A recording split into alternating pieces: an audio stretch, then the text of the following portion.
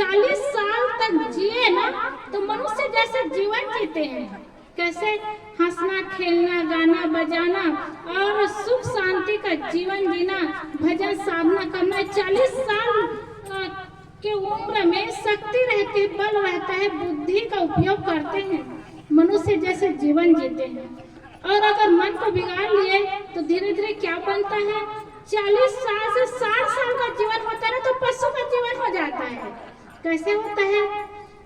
40 साल के बाद जीवन रहता है तो घर का बोझ सिर्फ बोझ रहता है।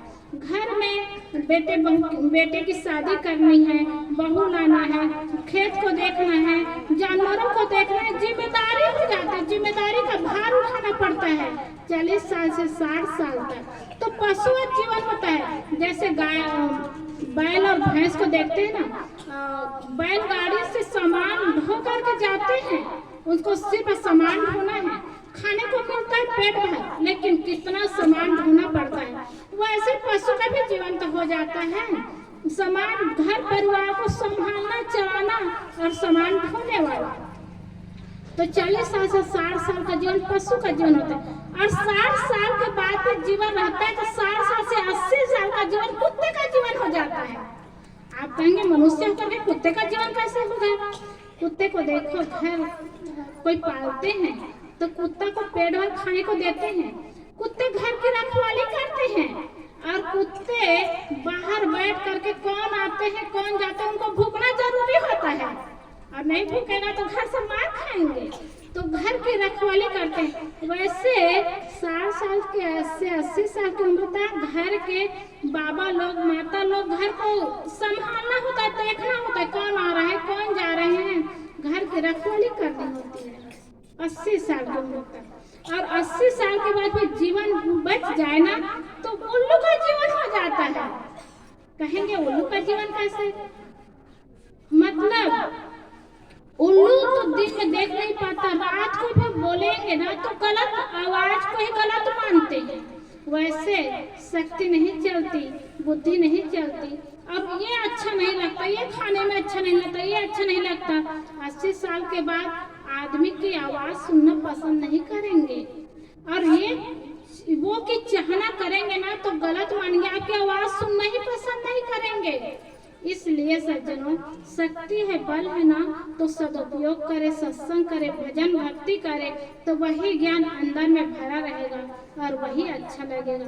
पशु के जीवन को देखते हैं, भूखना ही होता है, तो पशु जीवन तो नरक का जीवन होता है, कुत्ते के जीवन हो। और हमारा जीवन ऐसे होगा तो कितना दुखमय जीवन होगा।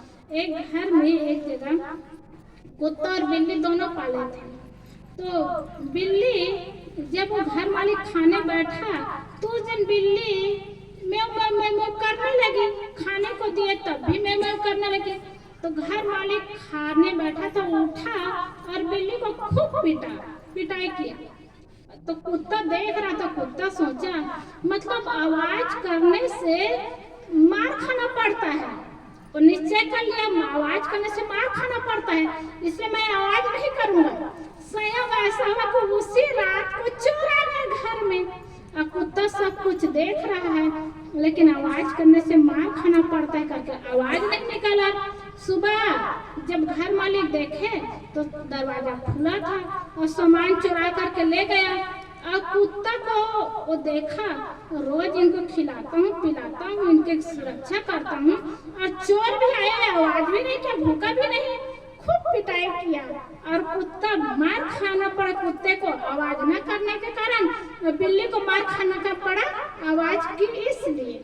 तो समय परिस्थिति के अनुसार सज्जनों शब्दों का उपयोग करना पड़ता है। सज्जन बता रहे थे ना, हर व्यक्ति के पास बोलने की शक्ति है, सदुपयोग करने की शक्ति आ जाए, कला आ जाए तो जीवन सुंदर बन जाता है, सुखद बन जाता है। तो निश्चित है हम सब मनुष्य जीवन में आए हैं और हम सबको सुंदर जीवन मिला है, इसका सदुपयोग करें। कर्म भूमिका जीवन में आने के बाद, ये शरीर छूटने के बाद पता नहीं कहाँ जाएंगे कैसे जाएंगे इसको पता तो नहीं है, लेकिन कर्म कर रहे हैं तो निश्चित कर सकते हैं कि हाँ ऐसे जीवन जी रहे हैं तो ऐसा जीवन हम लोग को मिलेगा। तो ऐसा कर्म बनाएंगे, व्यवहार सुंदर बनाएंगे, अच्छा जीवन जिएंगे तो वर्तमान भी सुंदर होगा और भविष्य भी सुंदर बनेगा। तो वर्तमान को सुखमय बनाए, सुंदर बनाए, ये जीवन की सफलता है। इतना भी नहीं कर पाए, संत महात्मा हमारे निकट में आते हैं, उनकी सेवा न कर पाए, सत्संग न कर पाए और जीवन को सुधार न पाए तो क्या फायदा है। इसलिए सज्जनों, हम सब सौभाग्यशाली हैं, संत गुरुजनों के निकट में हैं, ज्ञान की बातें सुनने को मिलता है, तो जीवन में यही लाभ उठाना चाहिए। निश्चित है हम लोग जन्म लिए हैं तो इस संसार से जाना भी है, जाएंगे भी, और जाने के बाद कुछ लेकर के तो नहीं जाएंगे, लेकिन अच्छे संस्कार की गठरी हमारे साथ में जाने वाली है। अच्छे संस्कार बनाए और सुंदर जीवन जिए, ये जीवन की सफलता होगी। इसके साथ साथ ये भी जरूरी है, एक महात्मा अभी सत्संग में गए थे, स्वरूप साहेब का नाम आप लोग जानते होंगे।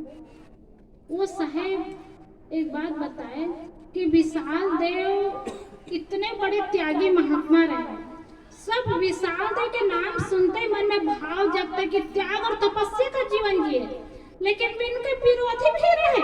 आश्चर्य लगता है, बड़े बड़े ज्ञानी ध्यानी त्यागी रहे, उनके भी विरोधी होते हैं।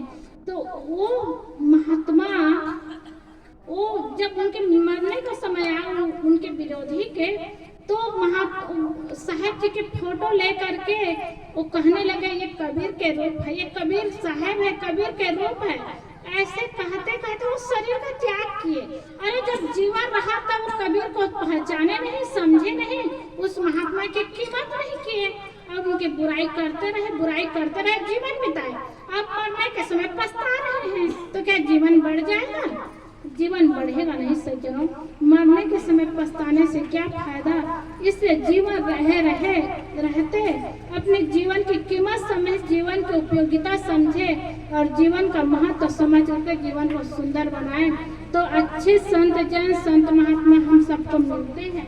संत गुरुजनों के निकट में जा करके उनसे सही ज्ञान ले और सही ज्ञान लेकर के अपने आचरण में उतारेंगे तो जीवन सुंदर बनेगा, सुखमय बनेगा।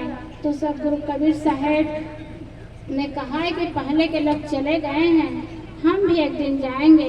जाने के बाद लोग हमारी अच्छाई बुराई को याद करेंगे, याद करें या न करें, लेकिन हमारा जीवन है, हमको मुक्ति का काम कर लेना है, सद्गुण और सदाचरण जीवन को बना लेना है। ये जीवन की सफलता होगी, जीवन में सुख मिलेगा और ये जीवन का लाभ होगा। तो हम सब बड़े सौभाग्यशाली हैं, सुंदर जीवन पाए हैं। और आपके गांव में ही आश्रम है, इतनी साधुयां हैं, साधुओं के पास आए और आश्रम में आकर के ज्ञान की बात सुने और मिले जुले और लाभ उठाए, तो सज्जनों जीवन सफल होगा, जीवन सुंदर होगा, जीवन सुखमय होगा। इन्हीं शब्दों के साथ मैं अपनी वाणी को विराम करती हूँ। बोलिए सद्गुरुदेव की जय।